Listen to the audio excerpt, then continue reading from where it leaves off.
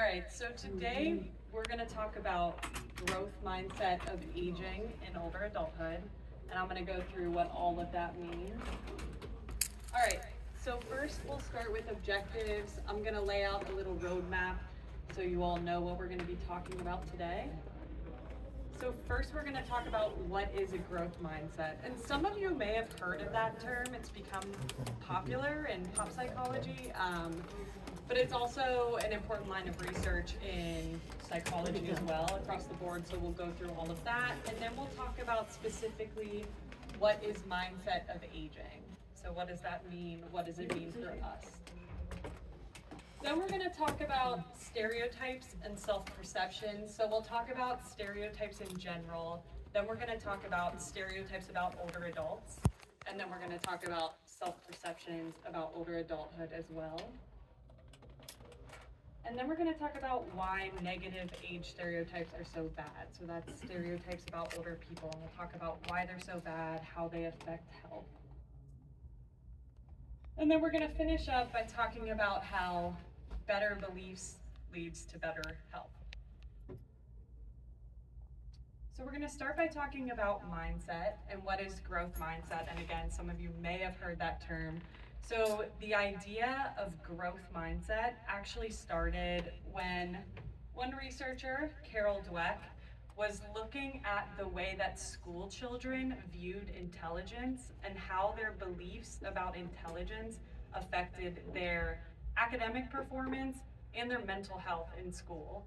So she was a researcher in education. She's now at Stanford, and she was talking to school children of all ages, talking to them about what they thought about intelligence, whether they thought they could change their intelligence. And she started to realize that kids fell into one of two groups. They either thought that their intelligence was malleable, it was flexible, they could change it over time, they could use resources and practice and put in effort, and they could change their intelligence. So not really just learn something, but change their intelligence. And then there was another group of students who believed that their intelligence was set at birth.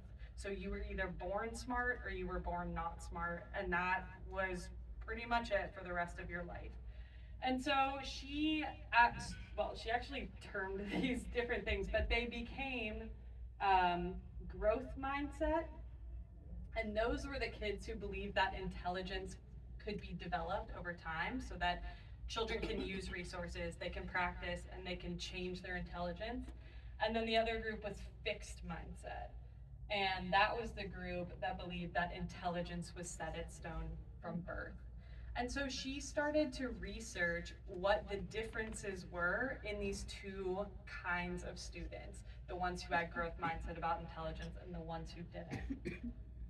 And she found that children with growth mindset of intelligence had better academic performance in school, so they performed better, and they also had better mental health outcomes throughout school. And this kind of makes sense when you think about it intuitively, because when children who believe that their intelligence can be changed, that it can be influenced, when they hit a roadblock, so something's really hard for them, it doesn't feel like an attack on their character, it just feels like a challenge. Whereas students who had a fixed mindset about intelligence, if they hit an academic challenge, they would think, I'm just too stupid to do this. It's just the way I was born. And that would be a huge, huge event for them, and it would be hard to recover from that. So this has now been studied in adults as well. So researchers have looked at mindset of intelligence in adults, and they have found that adults with growth mindset of intelligence also have better performance. So they have less counterproductive workplace behaviors, and they also have better mental health outcomes. They have less depression and anxiety. So across the board in both children and adults, having a growth mindset about intelligence is linked with better outcomes. And we're not really going to talk about intelligence today, but I wanted to talk about this first because this was the foundation of growth mindset. But mindset theory and the idea of a growth mindset has now been applied to many different human traits and abilities. So there have been researchers who have looked at mindset of personality, whether your personality can be changed over time, for better or for worse. Mindset of creativity, so are you either born an artist or not, or can you develop different types of creativity over your lifetime? And so now the idea of a growth mindset can be applied to many different abilities, not just intelligence. So now a growth mindset is defined as a set of beliefs that qualities or abilities can be changed through practice, effort, and use of resources. And then a fixed mindset is defined as a set of beliefs that qualities or abilities can be changed. Oh, a set of beliefs that qualities and abilities are fixed and cannot be changed much. And the reason I have this arrow down here is because mindset should be seen on a spectrum. So it's not often that a person has all fixed mindset beliefs or all growth mindset beliefs. Usually we fall somewhere on that spectrum. And that can change over time too, depending on our experiences and our beliefs. And then the other thing I want to point out is that when we're talking about growth and fixed mindset, we want to make sure we're talking about just one ability, quality, one thing at a time. Because, for instance, you could have a lot of growth mindset about intelligence beliefs. You could believe that you can really develop your intelligence, but you could be more fixed mindset about creativity. So we can vary in our beliefs for each quality and ability, but we should always look at it on the spectrum from growth to fixed. And then to talk about mindset of aging, so this is the research I'll be doing for my dissertation, for my PhD, to be able to get my PhD.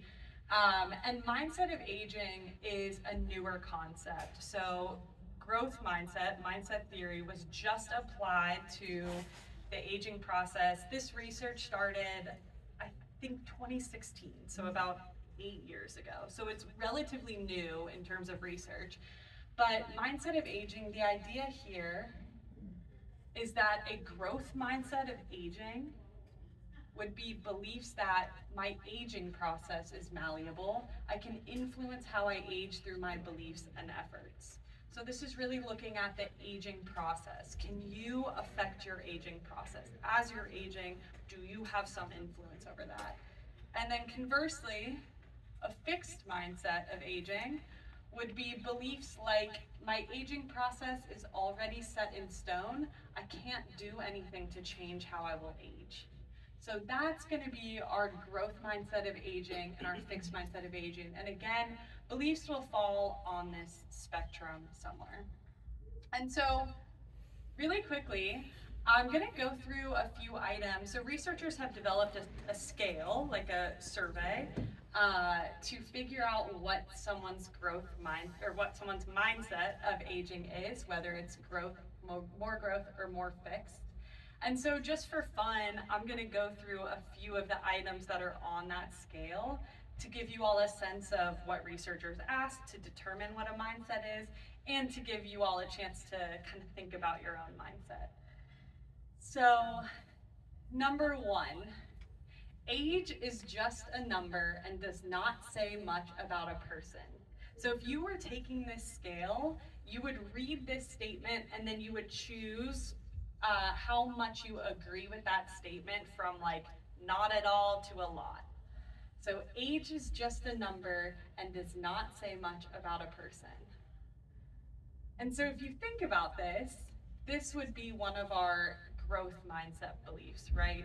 So it would be saying that you have more potential than just your age. Your age doesn't determine what you are like or who you are or what you're doing.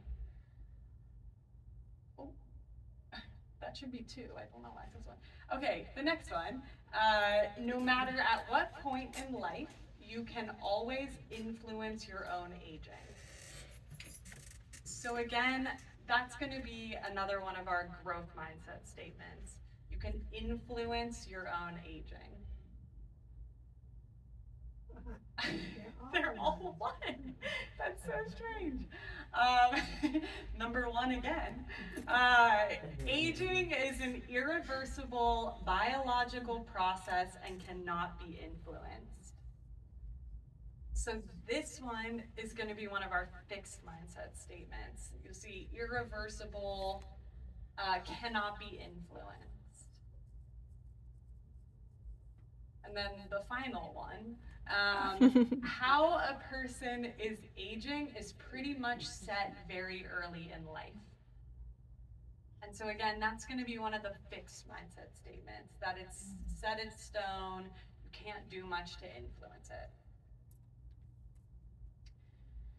So like other research on mindset theory, the early studies that have happened in the past 8 years about mindset of aging have found, unsurprisingly, that a growth mindset is good.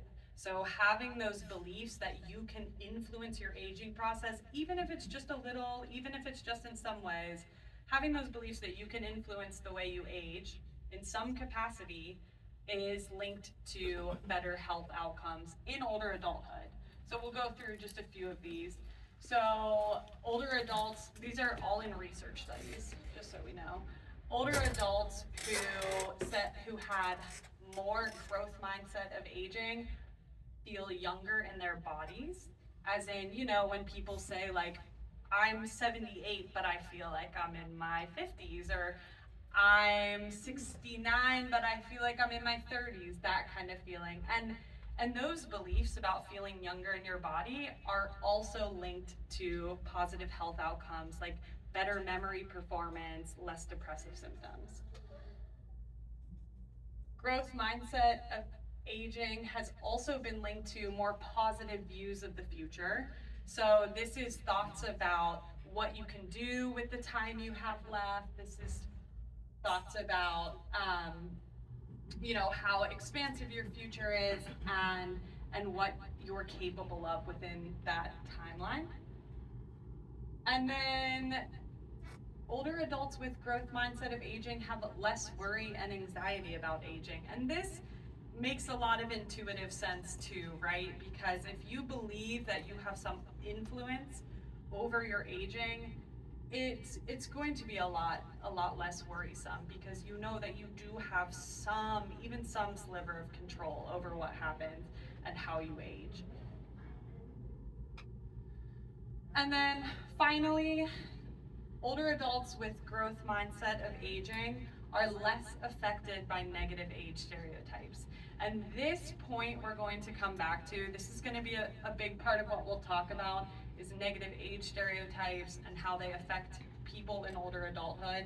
And so we'll actually come back to this point at the end about how growth mindset can help protect older adults from the harm associated with negative age stereotypes. So to talk about age stereotypes and negative age stereotypes, I first want to talk about stereotypes in general. You all know what stereotypes are, but from a research perspective, stereotypes are seen as associations we learn over time that we use to put people into categories. So, for instance, if you see a young, very fit, very tall man, you might think he's likely to be a basketball player, right? And that's because we associate being very tall and fit with basketball. Or if you see a man who's wearing a white coat, you might assume he's a doctor.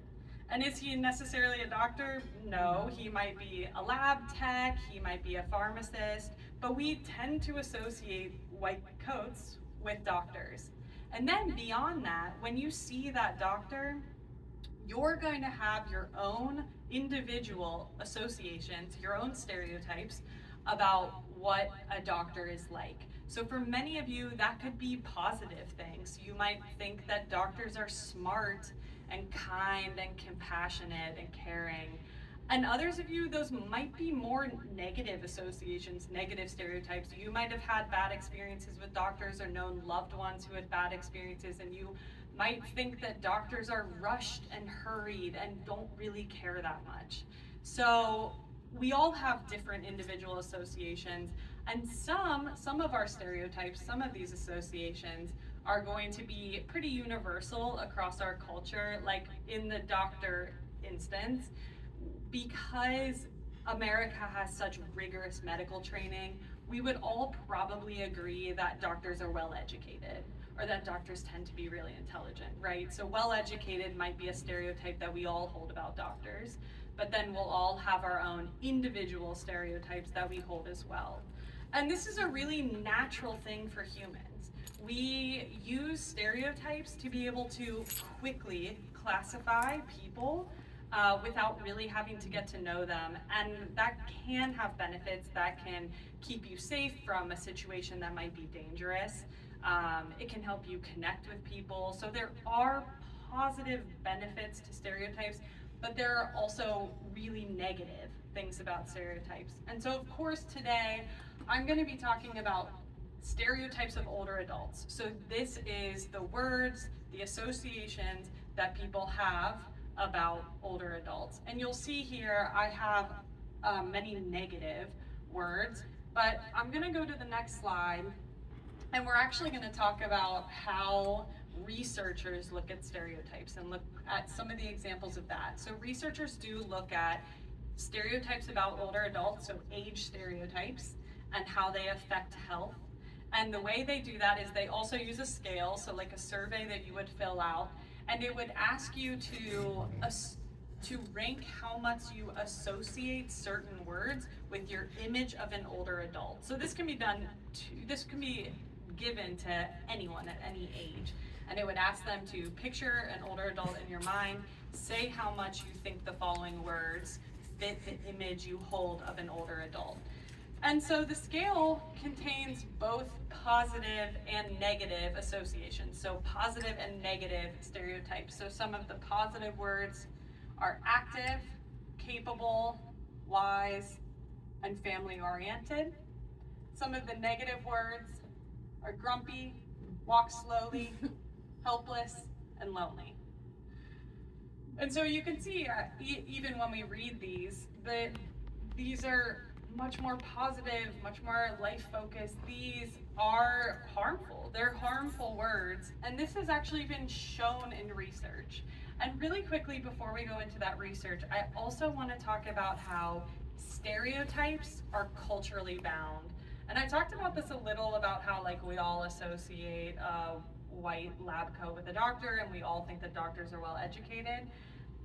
But stereotypes about older adults vary vastly throughout the world, depending on the culture of that country and how they treat their older adults, how they feel about their older adults, what roles older adults play in their culture. So I really quickly want to look at this really interesting research study that was done looking at the way that older adults exist within Japan and the United States. So looking at Japanese adults and American adults. And what they did is they actually they gave these Japanese adults and American adults these little stories, these little blurbs that they had to read. And they would say something just like, I was going to go to the store one day, but then I realized I had lost my keys and I couldn't find my keys anywhere. Or something else like, I really needed to call my bank, but I couldn't get into my phone because I had forgotten my passcode. And then they would ask the participants whether they thought that that was due to aging or whether that was just a normal mishap of life. So did you forget your passcode because you're older, or did you forget your passcode just because we all forget our passcodes sometimes? And then they took all the participants, both Japanese and American, who believed that those little blurbs were about aging, who believed that, oh, I forgot my passcode because I'm older and old people forget things. They took those people who had those negative stereotypes, so would think that forgetfulness has to be because of age, it can't just be because we all forget things. They took those people, and then after talking about those stories and after thinking about those negative stereotypes, they measured how fast they walked, they measured their handwriting, and then they looked at how fast they had walked and how well they had written before they started the study. And this is the very interesting part. They found that in Americans, those Americans that had thought for a while about those negative stereotypes about aging, their function declined as soon as they got measured again. So they thought about these negative stereotypes about old people, and then they started walking slower, their handwriting got worse. But interestingly, Japanese participants, their function was unaffected. And this is a bit of a confusing study, but the really interesting thing it shows is that in Japan, older adults can feel old without it affecting their health. And that's because Japan has a very different culture. There's a lot more intergenerational contact, so oftentimes older adults are still living in the home, or they are still connected, better connected with younger people, which means younger people have more contact with older people. They also have a very strong culture of respecting elders and listening to elders and using their wisdom. And so they just have these better beliefs about their older adults. And so older adults, even when they're old, it doesn't mean that they have to be slower. It doesn't mean that they have to have these memory problems. That's not a part of their culture. They're wise and they're learned and experienced. And so all of the rest of the research we're going to talk about in this presentation is all in the United States. Just wanted to let you all know that, because it does matter what sort of older adults you're looking at and what cultures. So I'm going to talk quickly about stereotype embodiment theory. And this is how stereotypes affect our health. So the leading researcher in all of this work, Becca Levy, she created this theory. And her idea was that we are constantly exposed to stereotypes about older adults. We have been our entire lives. I have been my entire life. You all have been your entire lives. And you can think about that. We see that in the media. You see that on movies and TV, how they portray older adults. Another great example is the anti-aging skincare industry. You can see a lot of those things about we need to get rid of wrinkles, we need to erase fine lines. All of these things were taught, especially in America where we have such a pro-youth and pro-beauty culture. There's a lot of these advertisements and media and TV things that we see that promote these ideas that are just a part of our culture and nothing else. So Becca Levy's idea is that as we're exposed to that when we're young, we start to internalize those beliefs. So we're exposed to these negative stereotypes throughout our lives, and when we're young, we don't have any experience being an older adult. So what we see in film and TV and what we see in our personal experiences become our beliefs about older adults. That's all we have to go off of. So when we create those associations, when we create those stereotypes of what an older adult is, that's what we're getting from media and from culture and from our own experiences. And so then these beliefs become internalized and become our stereotypes and our belief about older adults. And then once we enter older adulthood, they become self-relevant. So all of those things that we've been learning over time about what is an older adult, what does an older adult look like, what does an older adult act like, then when we become an older adult ourselves, we have to decide, is that really what an older adult is like? And you kind of have to readjust your beliefs about what is an older adult, who am I going to be as an older adult? So that's the idea behind stereotype embodiment theory. We embody these stereotypes, we internalize them, then embody them. And if they're negative beliefs, they're going to negatively impact us in how we move about the world. So I really quickly want to talk about the difference between stereotypes and self-perceptions as well. Stereotypes, age stereotypes, are beliefs about older people in general. And age self-perceptions are beliefs about the self as an older person.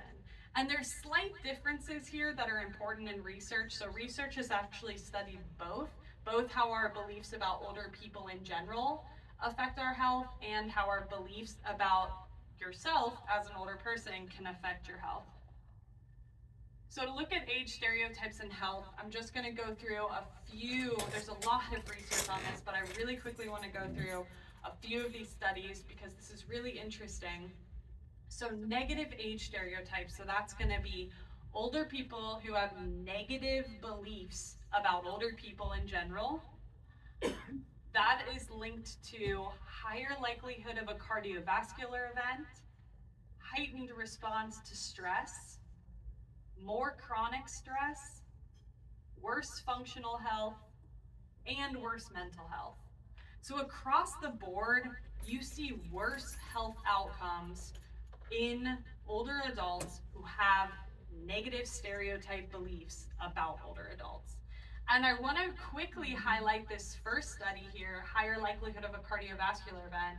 I think this is a really impressive research study that they did. So this was when a team of researchers asked people who were 50 years or younger how much they believed negative stereotypes about older adults. So they gave them the negative stereotype scale, the positive stereotype scale. They saw how much they endorsed, believed negative stereotypes about older adults, and then they followed them for 38 years.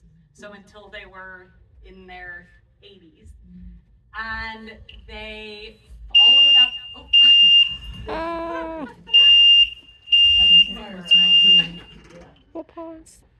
And then they followed up with them, and they found that those adults who had been 50 or younger, who had negative beliefs about older adults, were significantly more likely to have a cardiovascular event like a stroke in the next 38 years.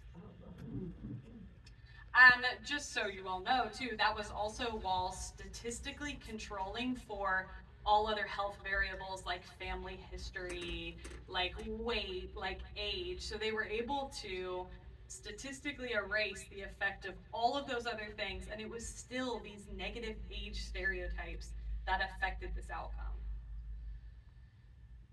And so I also want to talk about how self-perception, so beliefs about the self as an older person, can affect health and is linked with health. And this time I'm going to be using positive because I know that last slide was a bit of a downer, right? Negative stereotypes. So now we're going to talk about positive age self-perception. So this is how positive views about the self as an older person is linked to health. And so positive age self-perceptions have been linked to less risk of respiratory death, less risk of dementia, less risk of obesity, better functional health, and less depressive symptoms. So again, you see across the board, both physical and mental health is better in older adults who have positive beliefs about themselves as an older person. And here I want to quickly talk about this second study about less risk of dementia. I think this is also a really impressive study. This was a study that looked at people who were 60 or older who have the genetic predisposition for Alzheimer's. So they are genetically more likely to get Alzheimer's, to get dementia from Alzheimer's. And they gave them a scale asking about self-perceptions about older adults, so themselves as an older adult. And those adults who had positive beliefs about themselves as an older person were 49.8% less likely to develop dementia over the next 4 years, which I think is really truly just so telling of how, and again, that is controlling for other health variables. So that's statistically taking away the effect of other health variables. They all have genetic risk, and that's just showing that really having these positive beliefs can really, really help your health in older adulthood. And so it's clear from all this research that our beliefs affect our health, but how? And there are likely many reasons why and how our beliefs affect our health, and it likely varies depending on what aspect of health you're talking about. But one of the biggest theories on how this happens and why this happens is right here. And the idea is that our beliefs affect our behaviors, and our behaviors affect our health. And so, one way to think about this is if you hold beliefs that older adults are weak and feeble, and that's just how they are, and you enter older adulthood with those beliefs, you are probably less likely to do exercise behaviors, to go to fitness classes, to lift weights, to continue to go on walks and push yourself cardiovascularly. And that's because you believe that it's inevitable that you're just going to be weak and feeble. And so then, of course, if you're not exercising, you're going to have worse health outcomes from not keeping yourself fit and keeping yourself in shape.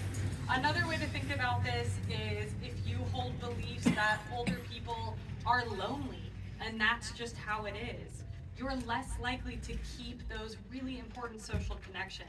Keep reaching out to people, keep being social, keep getting together like this.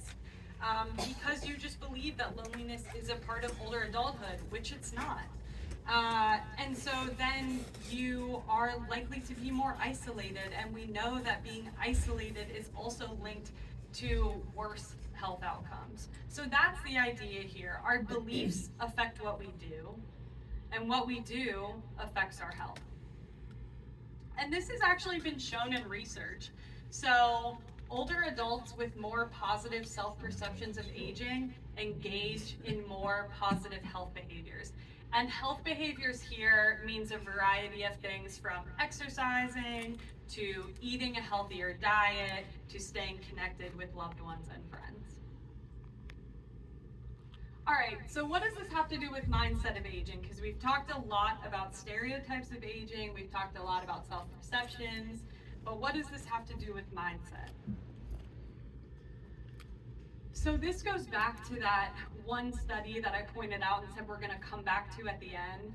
Growth mindset of aging could protect older adults from the harmful effects of negative age stereotypes. So this has been shown in one recent study that actually those participants who had more of a growth mindset of aging were way less affected when subjected to negative age stereotypes. And the reason this is so important is because it would be very, very, very hard to get rid of every negative stereotype about older people, right? That would take an entire cultural shift, which would be great, but is not as practical as being able to help people at the individual level. So if you could hold a growth mindset of aging, you could protect yourself from those external stereotypes that you're going to face as you go through life.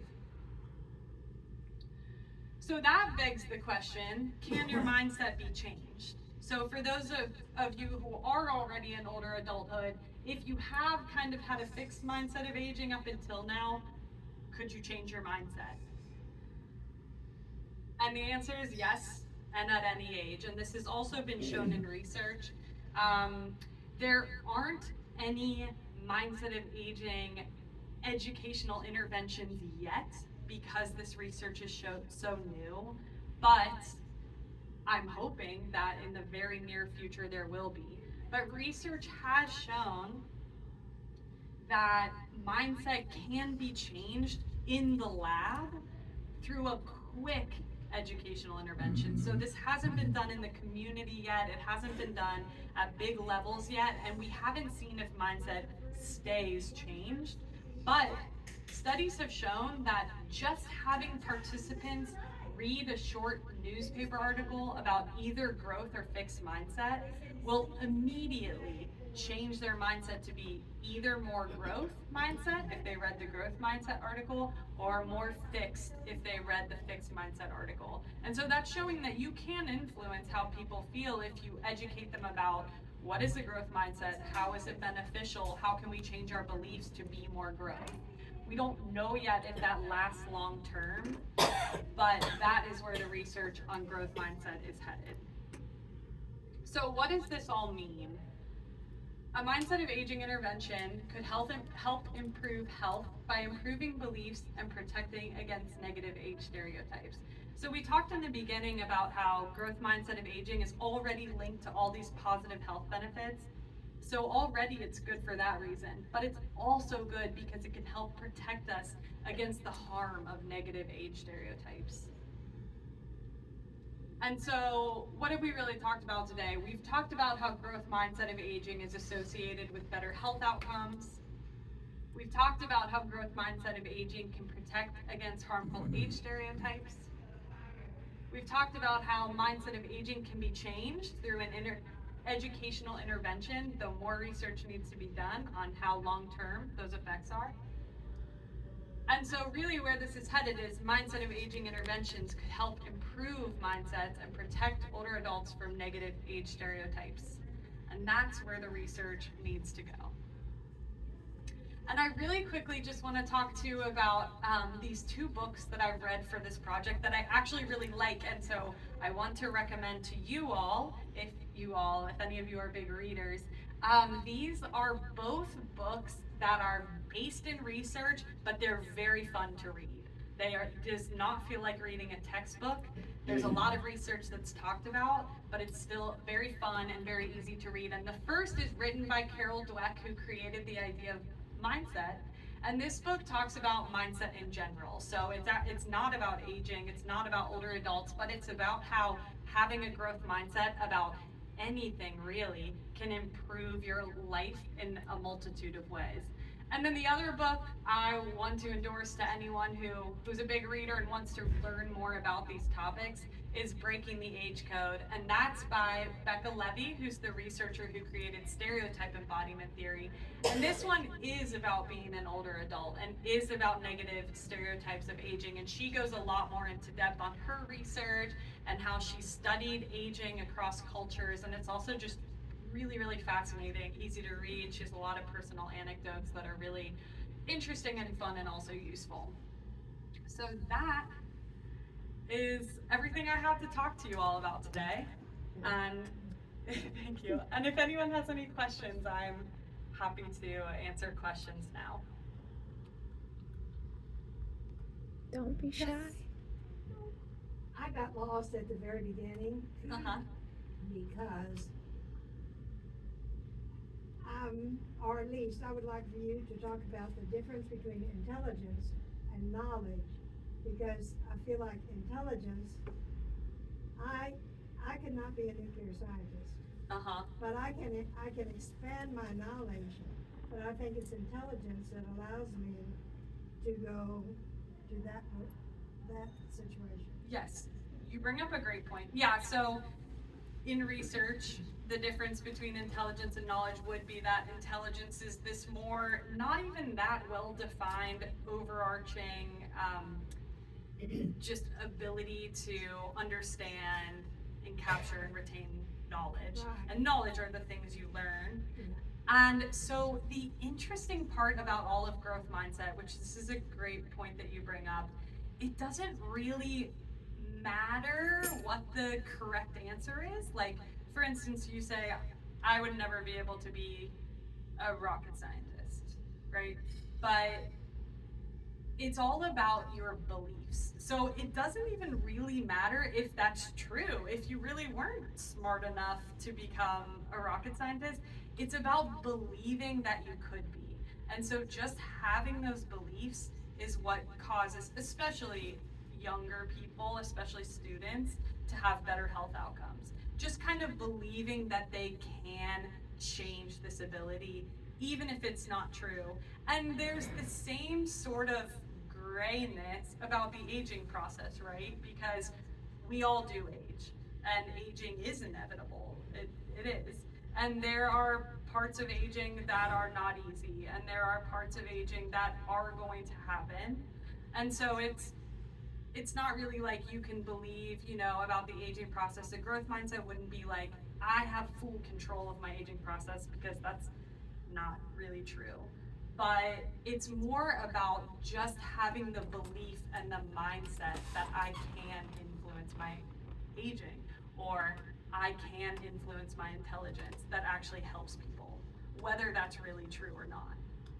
Was that a good enough answer? Okay. Anyone else? Yeah. I find that almost, I mean, a lot of us go, oh, I can't remember that. Oh, it's because I'm old. And you know, it's a mindset that is very predominant in our age group, is that, if you're old, you forget their names, or you forget you forget your things to take with you wherever you're going. And, I think that's a very difficult one to get to forget. Yeah. That you don't really, it's not because you're old, you just forgot. Right. And that's, I know that for myself, I a lot of times say, well, oh, it's okay, I'm old. You know, it's okay if I forgot something. Mm-hmm. And I can see where you don't have to use that as a crutch. You Yeah. know? Yeah, thank you for bringing that up. Yeah. And it's, you know, it's, again, it's kind of like this thing where if you did forget your keys or you forgot something, you would never really know whether that was actually due to aging or just a mishap. But it's helpful to not always associate it with being old, right? Yeah. And it's great that you bring this up too. My mom is hitting retirement years, and we always have this conversation because when she forgets something, she'll be like, "I'm really starting to forget things," and I'm like, "Mom, I misplaced my keys yesterday. Like I couldn't find my keys. It might not be because you're getting older, right? Like it happens to all of us. But when I'm 30 and I misplaced my keys, I would never think, oh, it's because I'm getting older. I just was forgetful. I had a lot on my mind, right? Yeah. Yeah, yeah. Thank you for bringing that up. Yes. We recently showed a movie here about Dr. Carson. I don't know whether you've seen it, but it is amazing. Apparently, as a kid, he thought he was dumb.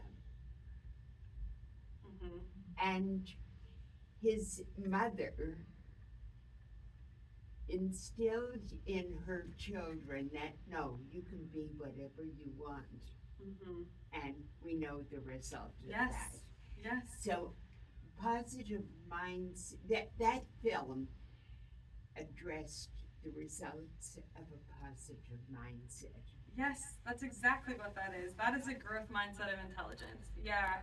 And we form our mindset based on our environment, especially when we're growing up.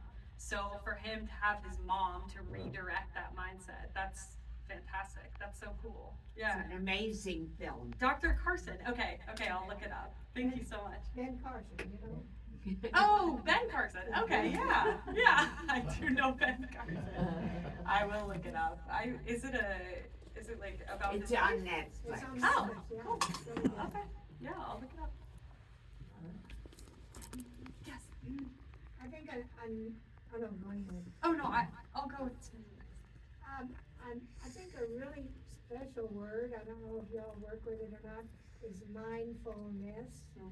Because forgetting, my grandchildren drive me crazy with keys. You know, and that's what old people lose their keys.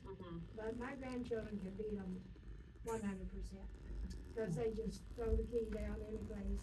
Yeah. And then want to use mine, which they will lose also. Yeah. And so I put that with mindfulness. Yeah. Yeah. Mindfulness is really important as well. It's not my topic of research, but you make a great point. And actually, I have seen some research looking at younger generations, especially like actually even younger than me, kids who have grown up with technology they say have shorter attention spans, and so they do forget things more often because they're focused on so many different things at once. And so they actually are saying that younger, like the youngest generation, they need to be taught mindfulness for those reasons, which is interesting. Yeah, although we could all benefit from mindfulness. Yeah. Definitely. Yes. I think you said that Dweck is is at Stanford or was at Stanford, Yes. and she was in education. Yes. Okay, so she worked under a professor named Bolar, who Oh, is headed that department okay. and has applied similar theories to education of small children. Oh, very cool. Yeah, so you might look up some of her research. Yeah. Right now,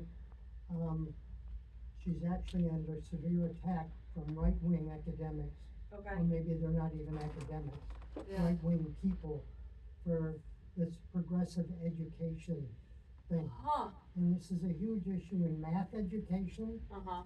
versus the growth environment, Uh-huh. where you're teaching kids, they're mathematicians, Yeah. they know how to process problems, Mhm. versus traditional math education, which is, there's a right answer to every question, Mhm. and it's basically, they classify kids Yeah. based into those who are good learners Yeah. and those who are fixed and get pushed into different types of special programs. Interesting. So, Say her name again. Bolar, Bolar. Okay, Bolar. Okay, I will look that up. Thank you so much. That's fascinating. Fascinating and really important. Thank you. Anyone else? Good Okay. luck on your. Thank you. Yes. Thank you all so much Thank for you. coming. I really appreciate it. Yeah.